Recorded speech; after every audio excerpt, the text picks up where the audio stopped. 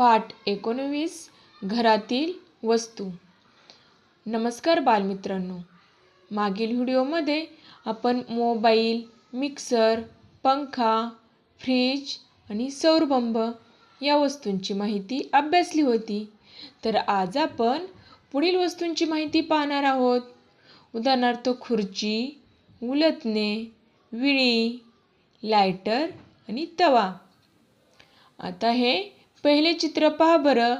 ही आहे खुर्ची. खुर्ची पाहिली की आपल्याला आरामात बसावेसे वाटते की नाही? खुर्चीमध्ये बसून आपण खूप सारी कामे करतो, बरोबर ना? आपल्याला बाजारामध्ये विविध प्रकारच्या खुर्च्या पाहायला मिळतात, जसे की लाकडी खुर्ची, फायबर, प्लास्टिक, स्टील, लोखंडी अशा विविध प्रकारच्या खुर्च्या मार्केटमध्ये आपण पाहत असतो. चला तर मग आता पुढचे चित्र पाहूया. हे आहे स्वयंपाक खोलीतील उलथणे. याचा उपयोग आपण पोळ्या करताना, भाजी करताना करत असतो. तसेच खाद्यपदार्थ फ्राय करताना देखील उलथण्याचा उपयोग केला जातो. आपली आई हाताला चटके बसू नये म्हणून उलथण्याचा उपयोग करत असते.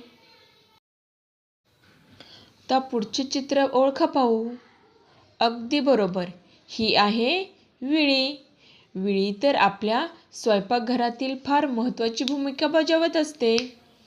खोबरे किसण्यासाठी, भाजी कट करण्यासाठी, फळे कापण्यासाठी आपण विळीचा उपयोग करत असतो, हो की नाही? आता पुढचे चित्र पहा. हे आहे लायटर. गॅसची शेगडी पेटवण्यासाठी आपण लायटरचा उपयोग करत असतो. पहा, या चित्रात लायटरच्या साहाय्याने गॅसची शेगडी पेटवली आहे. आता पुढील चित्र ओळखा पाहू. अगदी बरोबर, हा आहे तवा. तुम्ही कधी स्वयंपाकघरात जाऊन बारकाईने निरीक्षण केले असेल तर तुम्हाला लगेच समजेल की आपली आई या तव्याचा उपयोग कशासाठी करत असते. चपाती बनवणे, भाकरी बनवणे, वेगवेगळे पराठे बनवणे असे अनेक पदार्थ आपली आई या तव्यावरती बनवत असते, हो की नाही? आज शिकवलेल्या वस्तूंपैकी खुर्ची, उलथणे, लायटर, तवा आणि विळी यांपैकी खुर्ची ही आपण बैठक खोलीमध्ये वापरतो, त्यामुळे त्या ठिकाणी सर्कल करायचे आहे.